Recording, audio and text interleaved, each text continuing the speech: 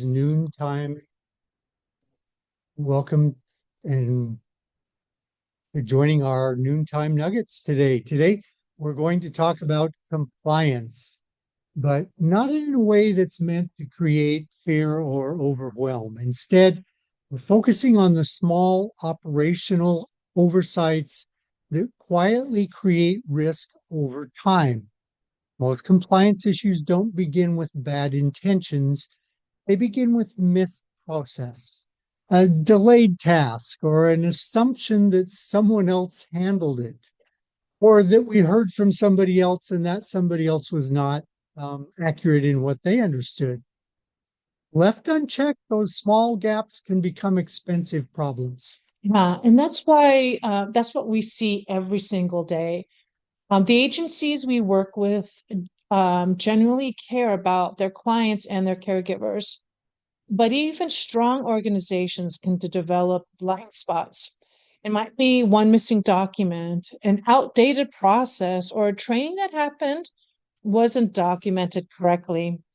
Our goal today is to help you identify those blind spots before they become costly lessons. And then we'll walk you through 10 common compliance mistakes, explain why they happen, and share practical ways to prevent them. So let's get started. Yeah. A few quick housekeeping items before we begin. Today's webinar is being recorded and we'll email everyone the replay after today's session. So please use the chat throughout the presentation to ask questions or to share your comments. They're always appreciated. And if you're wondering about something, chances are somebody else is worried about the same thing too. Yeah, and we'll get to that by the end. We'll answer all the questions. So as we go through each mistake, I encourage you to think about your own agency and ask yourself, do we have a process on this? Is it is it working consistently? And would we feel confident if someone reviewed it tomorrow? Those are three questions alone that can uncover valuable opportunities for improvement. All right, let's dive in here. Mhm. So I'd like to introduce my co-presenter, Edwin Peterson. Edwin has spent years helping home care agencies strengthening operations, build leadership teams, and create systems that support sustainable growth. His ability to simplify complex operational challenges into practical strategies has helped hundreds of agency owners build stronger businesses for well over 15 plus years. Yeah, just in home care alone, Yeah. right? So thank you, Kara. I'd also like to introduce Kara Antoffer. Kara is one of California's leading compliance advisors for home care organizations. She's helped hundreds of agencies with licensing, inspections, mock inspections and mock audits, personnel file reviews, and operational compliance. What I appreciate most is that Kira doesn't just know the regulations, she understands how agencies actually operate and how to build systems that make compliance sustainable. We're excited to spend the next hour with you. Right. So, one of the biggest misconceptions is that compliance problems begin with major violations. In reality, they usually begin as operational issues.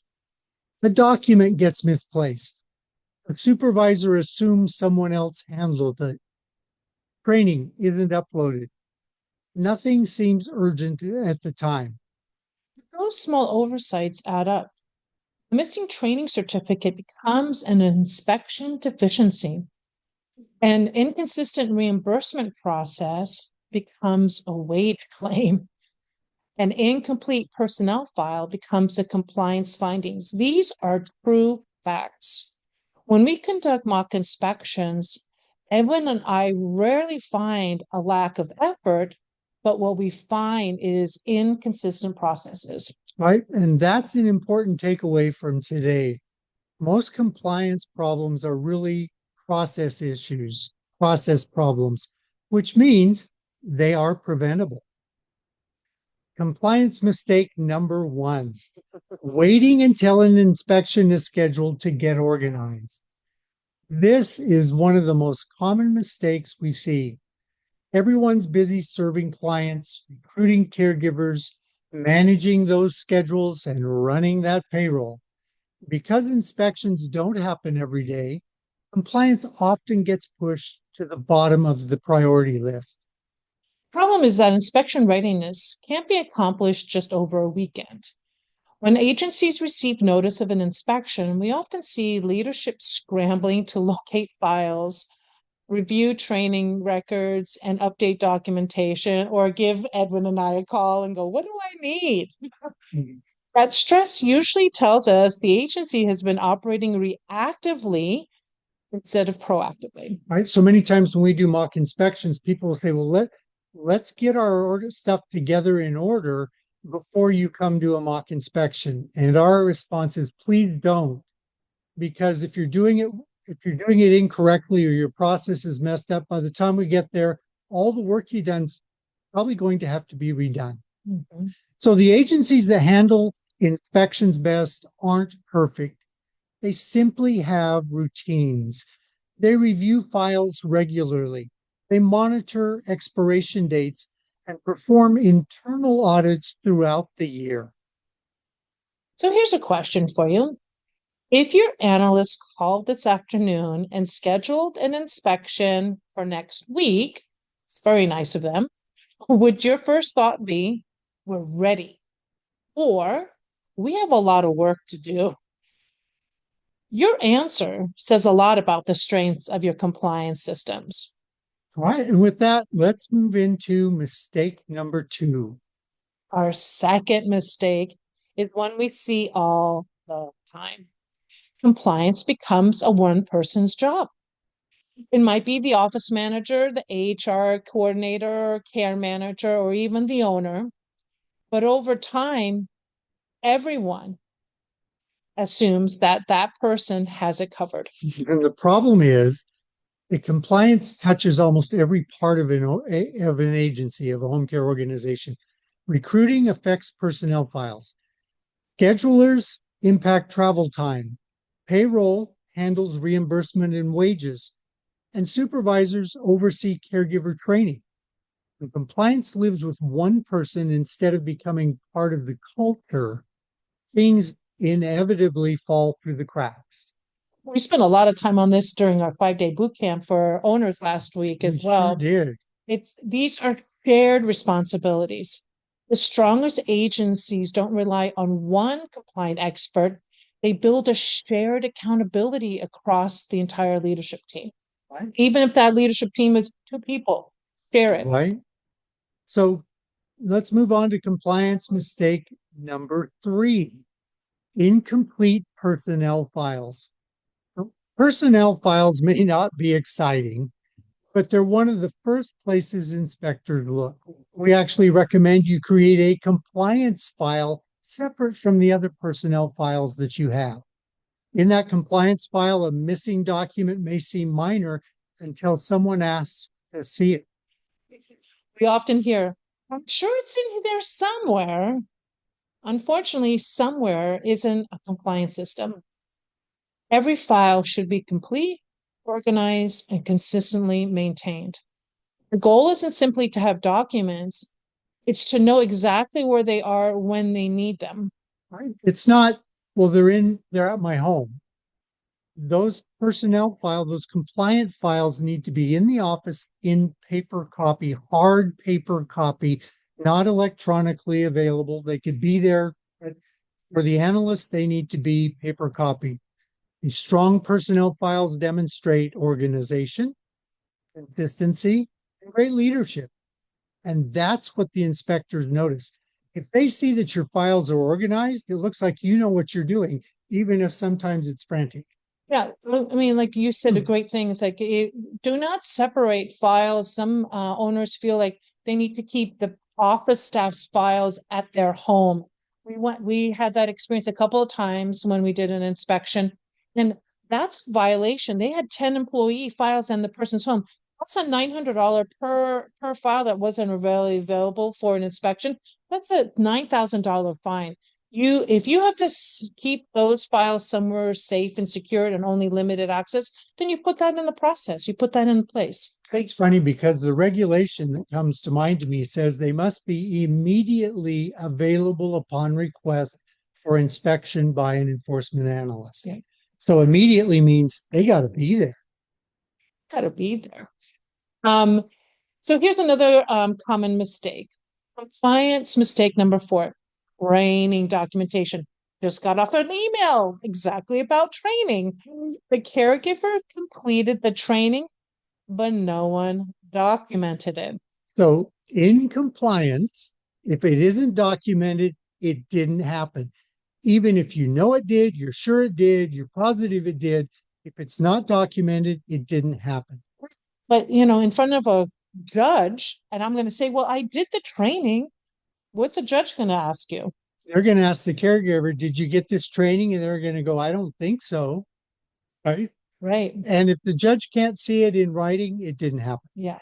We've seen agencies provide excellent training, yet struggle during an inspection because there was no record showing who attended, when it occurred, or what was covered. Training protects your caregivers. Documentation protects your agency. You need both, people. You need both. So moving on to compliance mistake number 5, final paycheck errors. This means when somebody leaves your company, final paychecks continue to be one of the most expensive mistakes employers make. California has very specific requirements and timing matters. When an employment ends, there are often multiple details happening at once. There are the final wages. Are there any paid time off payouts? Paid time off would be that benefit that you added on in your policies and procedures. Reimbursements, equipment returns. It all needs to come together quickly. Without a clear process, mistakes happen. So we recommend a simple checklist, and good communication between leadership and payroll can prevent thousands of dollars in penalties. This is frequently part of a PAGA investigation and a PAGA fine. Not having correct final paycheck documentation and payment.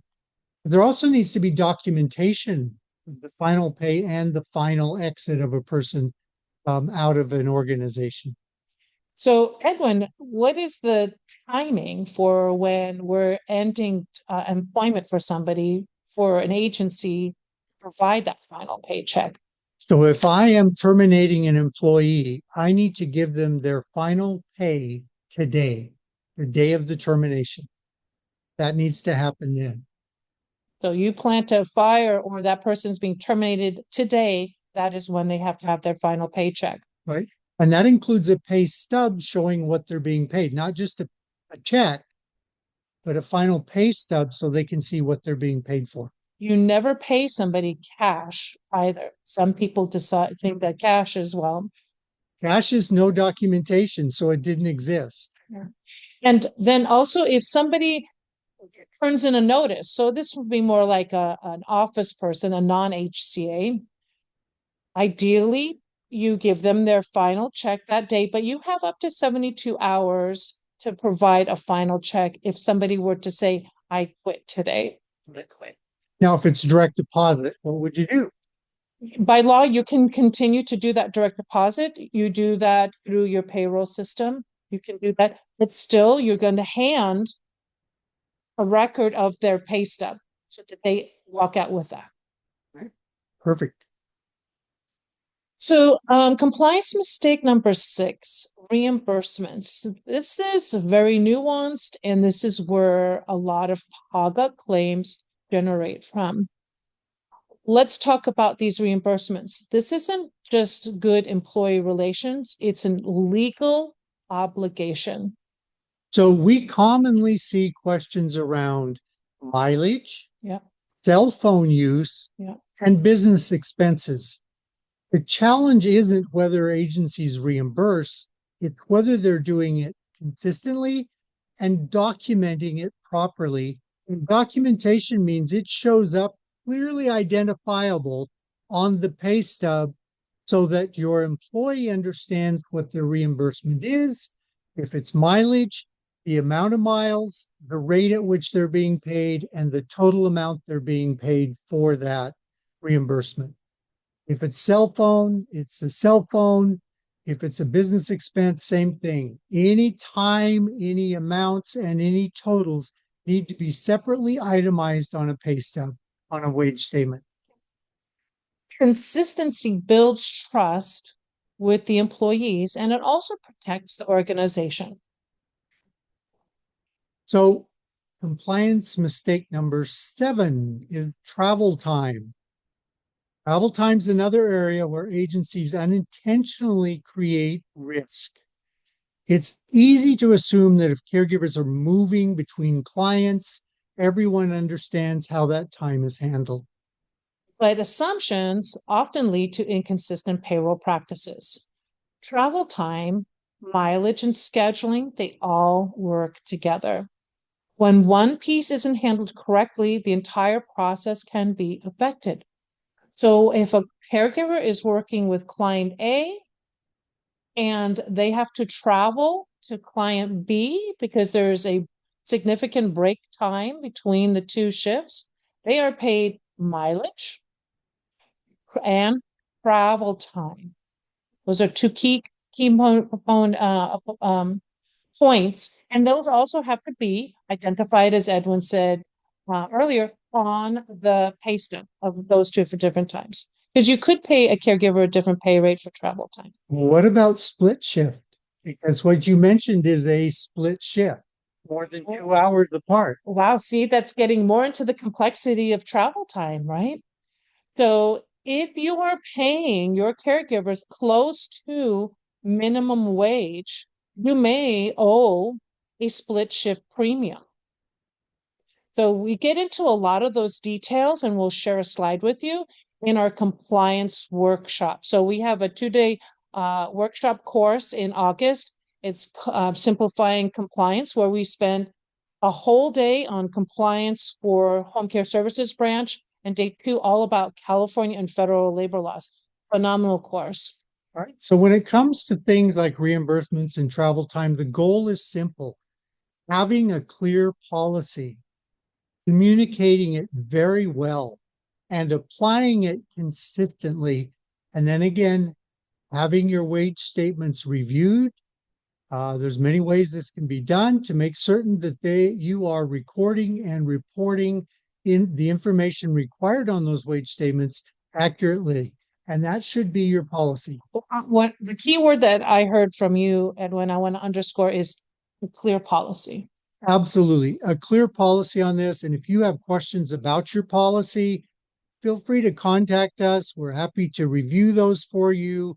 You know, people engage us all the time to review their policies, procedures, their employee handbooks to make certain that what they have is legal, compliant, meets the statutes and the regulations and the labor law and OSHA and all the requirements that people forget about because they're busy scheduling caregivers with clients, right, recruiting those caregivers. We're not attorneys. However, we have so much work professional experience that we have been in situations in courts of law. And the question will always come up in that court of law is, what is your policy? We need a copy of that policy. That's why it's important to know what they are and you have a nice, clear policy about everything. So compliance mistake number 8 is your payroll audits. Are you regularly conducting payroll audits? When was the last time you audited your own payroll? Oh, we've got choose a national brand name that a provider. Oh, they've got it under control. Do they? It's been our experience, because we've worked with so many people, we've managed home care ourselves. Those national providers do not know and understand the complexity of California laws. Not because there was a problem, but they simply, you want to verify the systems you're using is truly matching what California is asking of you. Right? Those internal payroll audits allow you to catch small issues before someone else does. If you don't know what you should be looking for, I guarantee your payroll provider doesn't look for those either. They just take the data given them and they process payroll. And if the data is input or the process that you have from your scheduling software that feeds into your payroll software is inaccurate or incomplete, it creates a high liability risk for you.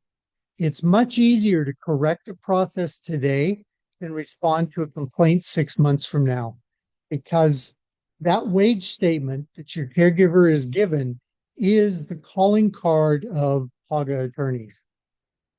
Best audits are proactive.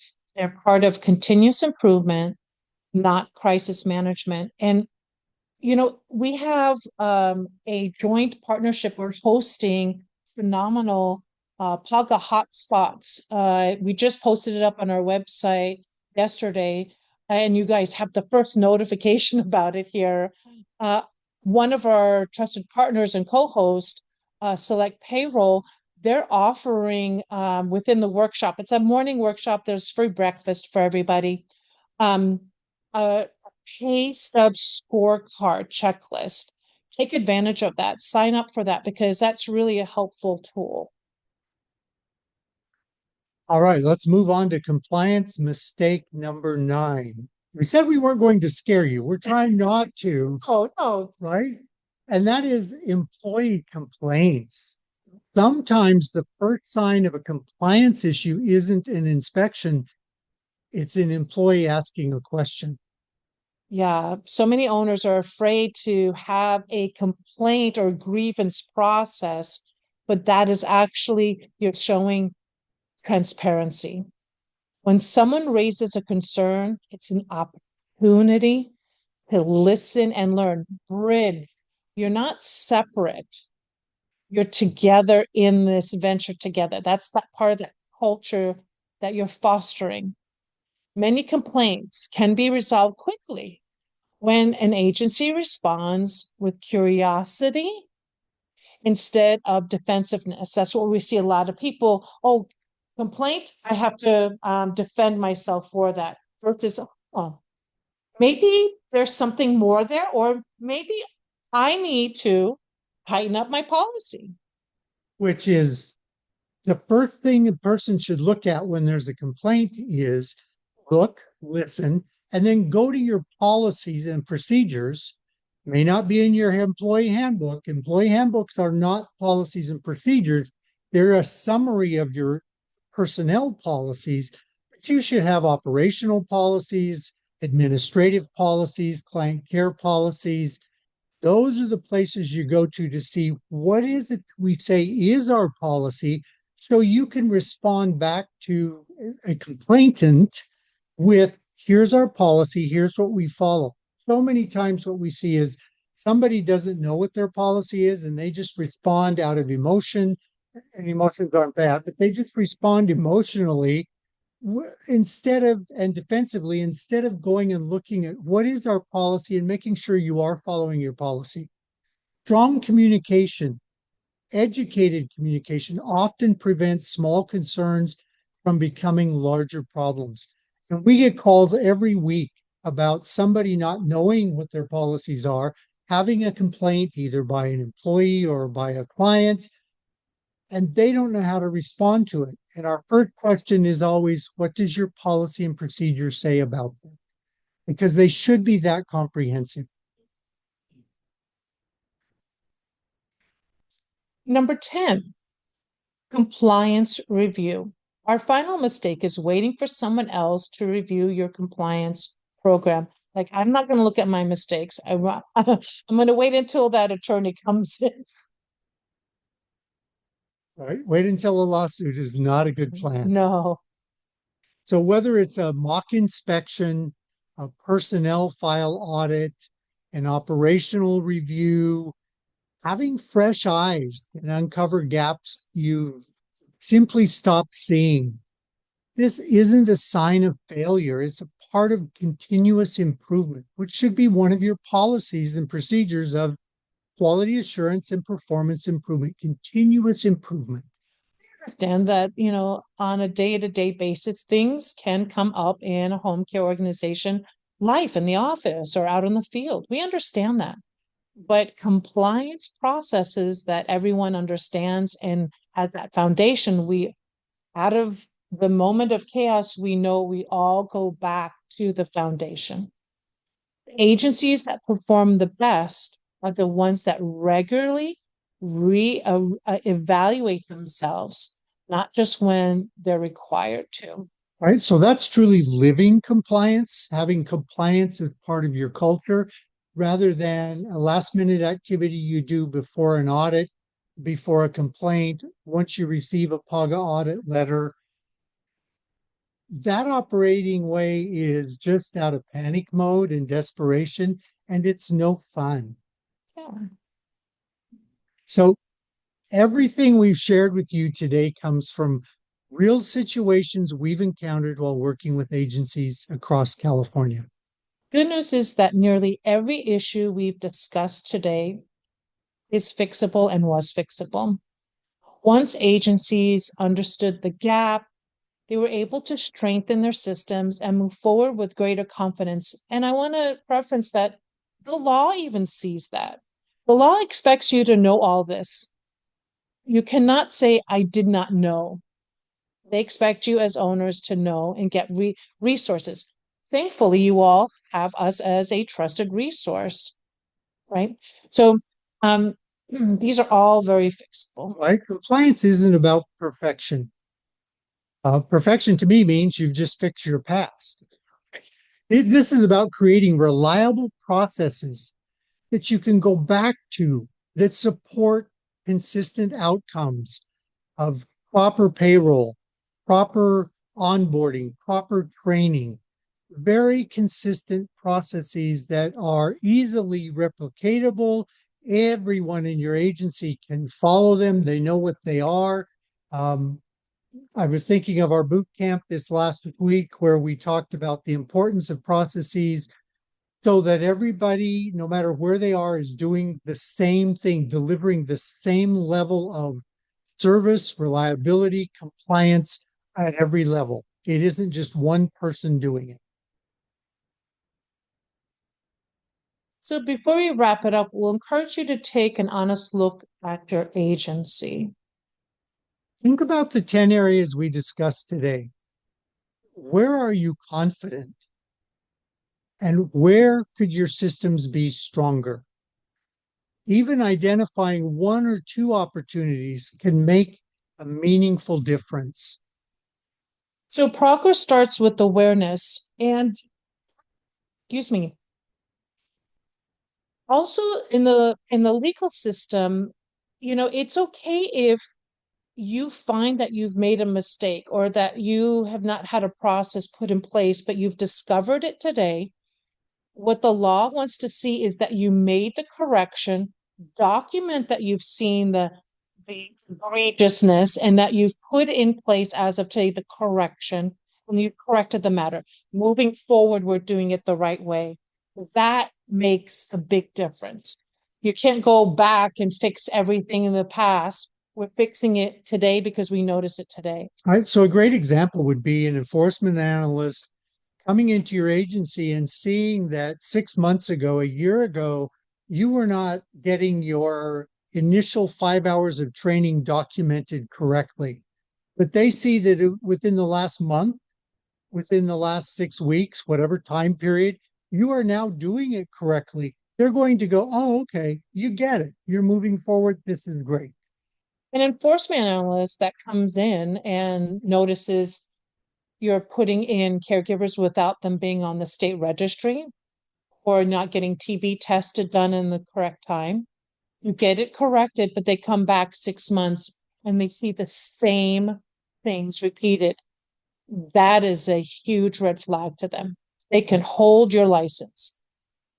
And it will almost guarantee that they'll be back within a couple more months unannounced to see if you followed what you said you're doing. Yeah.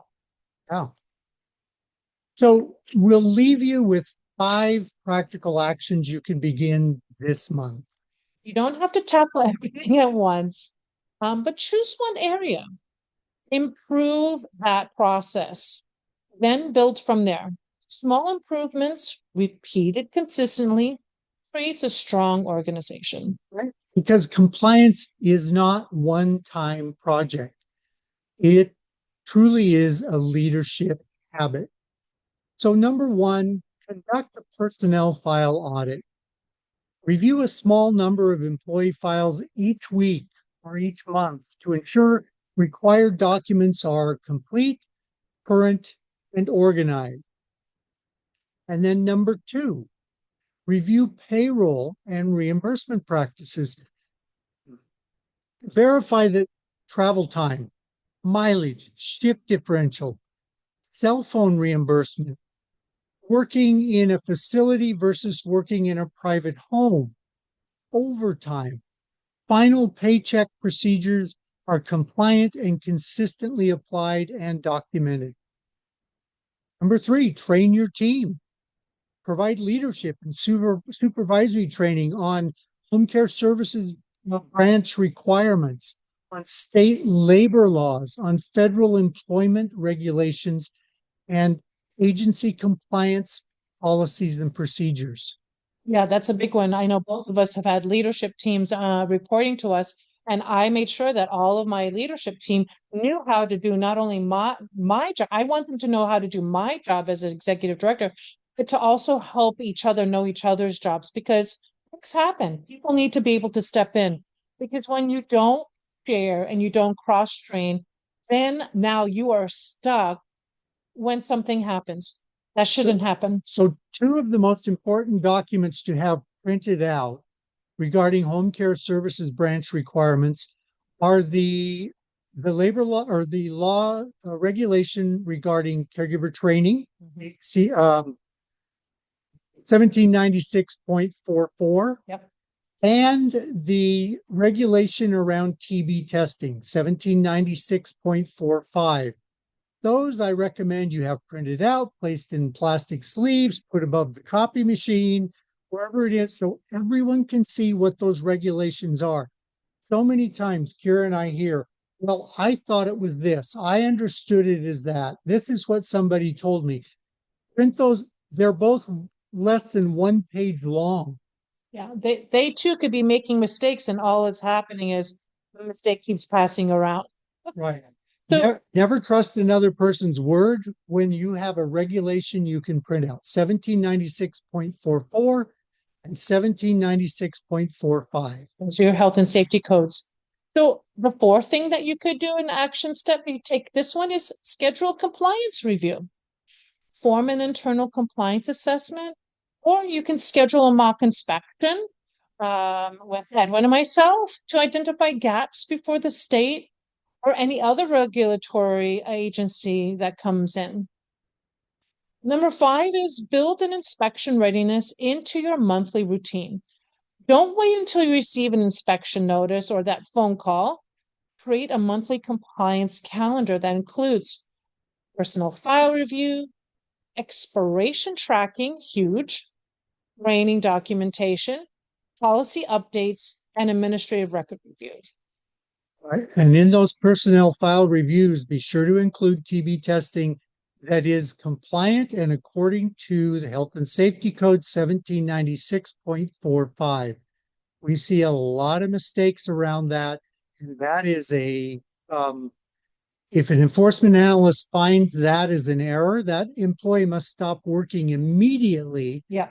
And until you provide proof that they have been TB tested correctly, they cannot work again. So if you want to sleep better at night, which is always our first question during our monthly open hours call is, so what's keeping you up at night? If you want to sleep better at night as a home care organization owner, consider our mock inspection and or our PAGA compliance audit. The mock inspection simulates real licensing review, so You know exactly what the state will see before they walk into your doors. We are even tougher than the enforcement analysts. And confidently, I'll say we know the regulations probably a little better than they do. And then our PAGA audit is a shield against costly claims around wage statements. Checking employee files, we check wage notices, timekeeping, pay practices, policies, procedures, employee handbook, everything that an attorney looks for, we look for. And then we provide you with an hour of supervisory training after we've completed our audit so that you can show that to any attorney and any labor law judge, which will reduce your fines and fees. These services more than pay for themselves in peace of mind and in protection. Yeah, that PAGA suit can run up to the hundreds of thousands of dollars quickly and easily. And we have seen agencies that just have five caregivers get a PAGA claim, and it's not just for the large ones.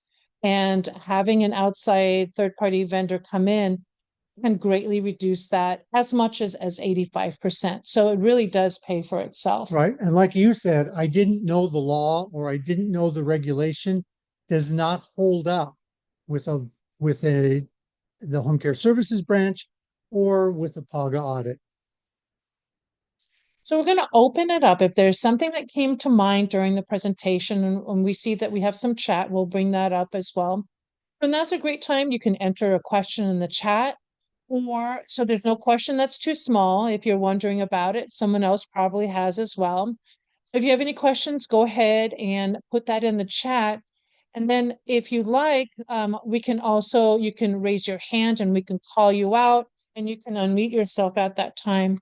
So here's a great comment, Great. yeah, from Janet. We had an inspector earlier this year who told me I don't need to print training certificates. Is this true? I do have caregiver transcripts. That's great. You want to answer that one? I would say that analyst doesn't know what they're talking about.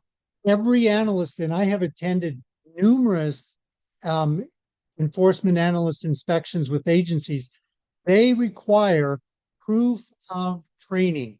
That is either a printed certificate of completion or a sign-in sheet log showing that person attended the class, what the name of the class was, how long it was, what was covered, and signed by the person teaching the class. We recommend certificates of completion always over sign-in sheets. It's actually less work, but they do need proof of training as well as a training log, and the state produced HCS 500 is a sample training log. If yours looks exactly like HCS 500, you're in compliance, but you do need a certificate of completion. You know, we both have ran home care, and then also, you know, I've been an administrator for assisted living, which is issued under the community care licensing, similar to home care services branch. And I've done that for a dozen years. And the lesson that I've learned on the streets is that one enforcement analyst's interpretation is not necessarily the same as the other. So just because that one says, oh, you don't need it, that's their interpretation. That doesn't necessarily mean the next one that comes through that door is going to follow the same. You have hard copy proof. That is the bottom line. Now, in your situation, if that analyst, enforcement analyst, put that response to you in writing, Yeah. you want to print that out and keep that in your administrative records so that the next analyst that comes in and says you need training certificates, you pull out the printed proof in writing that shows the date that they gave you that response. You show it to them as your proof as to why you're following the process that you're following.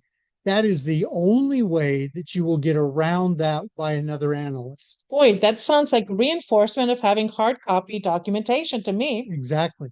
Everything we just got an answer today from the home care services branch on a very different question about a practice that many home care agencies are doing, and the practice is out of compliance. If you look at our blog on our website, the most recent blog, it answers that question. It's around hiring virtual assistants to do scheduling. If you look at our Facebook page, there's a Facebook post. If you look at our LinkedIn page, there's a LinkedIn post about that.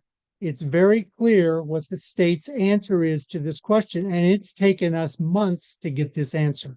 And finally, today, we got a response that is what we feel is the correct answer. Yeah. So if you're using offshore services, make sure you read our updates. Or check your emails tomorrow from us. There will also be an email with that response in it. So we've put the answer out there to everybody. But this is, we got it in writing. So now we know we can push that truth forward. It's not hearsay. It's not hiding, putting our heads in the sand, hoping it goes away. It's the actual truth. Anybody have a question that they would like to ask live? Go ahead and raise your hand and we'll call you out so you can ask your question. Or as Janet did, just type it in the chat box.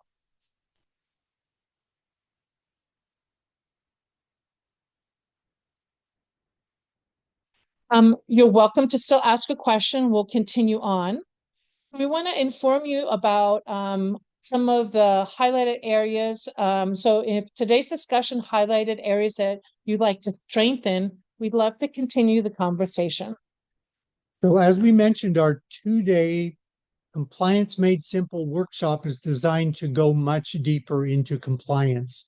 You can see here, it's August 12th through the 13th here in San Diego in our training center. We walk through the regulations, provide practical tools, templates, and real world examples you can immediately implement into your agency. So whether you're preparing for an inspection or simply want greater confidence in your systems, which we hope we have inspired, we'd be honored to work alongside you. That's another thing. We work alongside you. We don't just do it and feed you. We make sure that you have the capacity and the ability to do this on your own. So before we wrap up, I also want to mention 2 additional resources available through Home Care Resource. So the first is our Ask the Experts open house. That's what I was trying to remember earlier. It's held on the first Tuesday every month from 9 a.m. to 10 a.m., where agency owners and administrators can bring real world questions for live discussion and guidance. This is a free to you service that we provide. You can learn more and register for both these events, the Compliance Made Simple and the Ask the Experts, on our website at chcresource.com. We also are starting to post things on our YouTube channel. So we record the Ask the Experts because we always lead with a story from the front lines. There are some amazing stories and experiences that people are having with caregivers and clients. And we want to share those because you might come across that, or you might have a situation that's similar to that. And you want to know, how do I handle that? We talk about that from the very beginning on that Ask the Experts. And again, on this slide, it's not on this slide, but we just posted up on our website under our events tab, the Chaga Hotspots workshop. It's an executive workshop. It's in North County of San Diego in Carlsbad. We have limited seats. There's only 50 seats, but it's well worth it. We have our partner in Payroll Select, and we have a labor law attorney that's going to give us a very clear insight into it as well, Chris Homestead. So, and it's great. The great news is it's free. So join us if you have that time. And it's on Thursday, August the 27th. So you have about a month to put that in your calendar. Hi, I was going to a question in chat. Hi, I was wondering how much it would cost for a mock inspection. Can we get a contact number? Absolutely. And our next slide, we have our contact information on. We'll go. Yeah. So thank you for asking that. And we have another one too, question. Can a caregiver work if they do not have a TB test, but are in the process of getting one within 7 days. They cannot work until they have a clear TB test. They are not,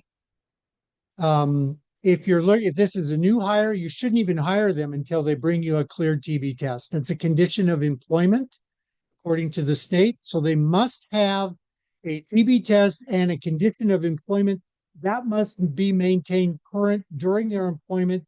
And if that ever expires, they must not work until they have a clear and proper TB test result on file in your office. They cannot be hands-on in front of a client without that TB Nope. exam. That is considered elder abuse. You're putting somebody who is not protected in front of a client. You should technically be reporting yourself for elder abuse if you do that.